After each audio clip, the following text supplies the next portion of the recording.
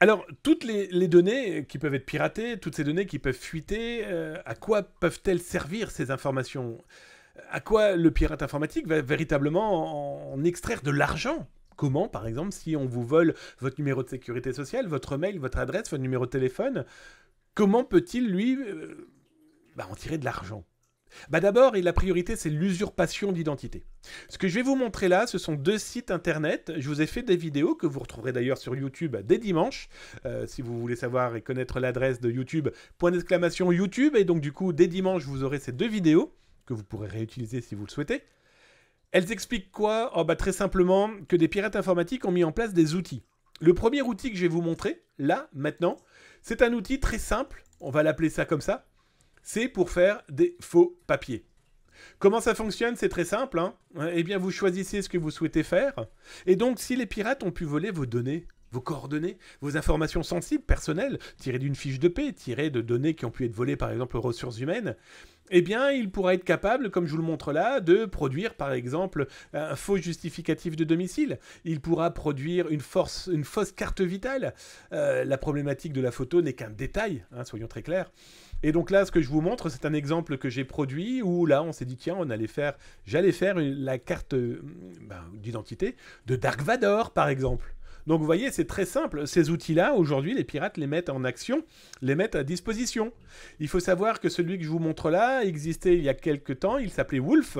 Il a été stoppé par les autorités. Si je me souviens bien, je crois que c'est la BEFTI, enfin l'ancien nom de la brigade d'enquête aux fraudes aux nouvelles technologies, qui a un autre nom aujourd'hui. Voilà. Et ce genre de site aujourd'hui permet de créer des faux papiers, créer des documents qui pourraient potentiellement vous piéger. Vous avez une petite annonce en ligne et quelqu'un vous dit bah voilà ma pièce d'identité, je vous prouve que je suis la personne qui rentre en contact avec vous. Il a pu créer cette pièce d'identité via cet élément-là. Comment s'en protéger? C'est pas très compliqué. D'abord, les éléments que vous pouvez interroger. Là, si une adresse apparaît sur la pièce d'identité, allez vérifier par exemple sur Google Maps si l'adresse existe véritablement bien. Si vous ne vous retrouverez pas devant un supermarché ou une décharge, déjà c'est un élément qui pourrait vous permettre de vous protéger. Là, dans la démonstration que je vous montre, tout est faux bien sûr, même la photo.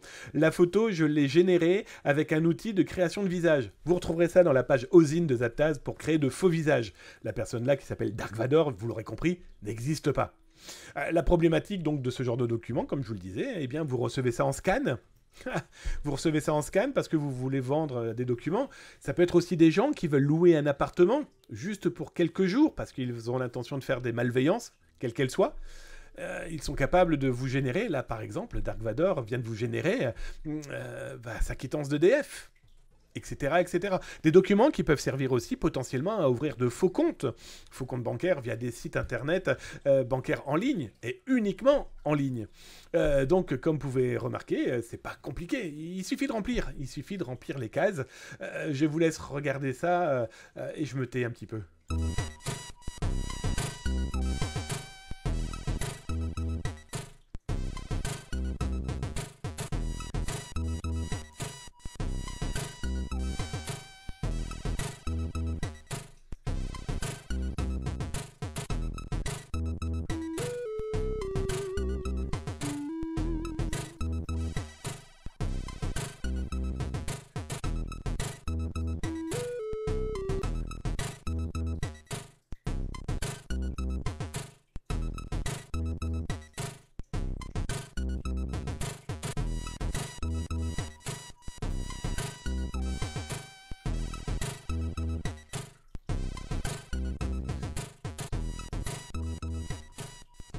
Donc là, vous ne rêvez pas, hein. Je suis en train de générer une fiche de paie directement à partir de cet outil. Ah bah oui, hein, si quelqu'un demande des fiches de paie, par exemple, pour une location d'un appartement, eh bien, vous pouvez lui générer des fausses fiches de paie avec l'intégralité des informations. C'est ça qui est complètement fou. Voilà le type d'outil que ce pirate-là, on va l'appeler Pirate 1, propose, tout simplement. Alors, la problématique, c'est qu'on a aussi les faux diplômes. Et là, comme vous pouvez le voir, fabriquer un diplôme du baccalauréat, c'est qu'un petit détail.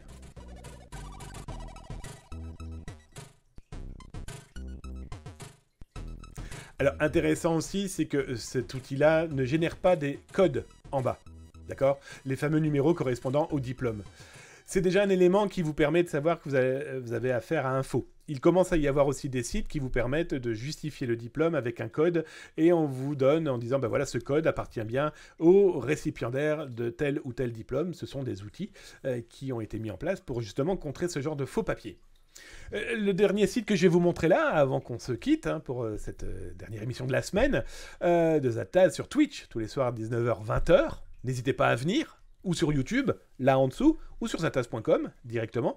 Eh bien, cette dernière vidéo, là, c'est carrément un pirate informatique qui permet de créer de faux certificats médicaux, voire même des documents d'arrêt de travail.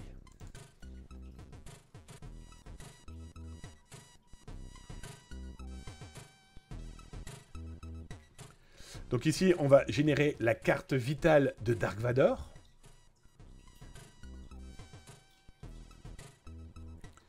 L'outil est capable de dire que le numéro que vous fournissez de numéro de sécurité sociale n'est pas bon.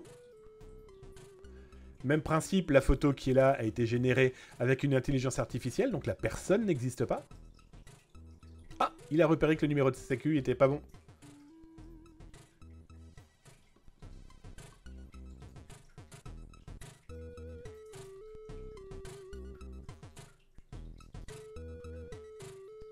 Fausse carte vitale, la photo donc a été générée avec un algorithme, une intelligence artificielle, la personne n'existe pas, ne cherchez pas si vous êtes tombé amoureux. Et là, complètement fou, on peut générer des scans, des ordonnances, de fausses ordonnances, ou alors, on peut clairement se générer un document, comme je vous le montre là, Dark Vador va se générer quoi donc? Eh bien tout simplement, un document de SOS médecin. Voilà. Pourquoi? Pour un arrêt de travail.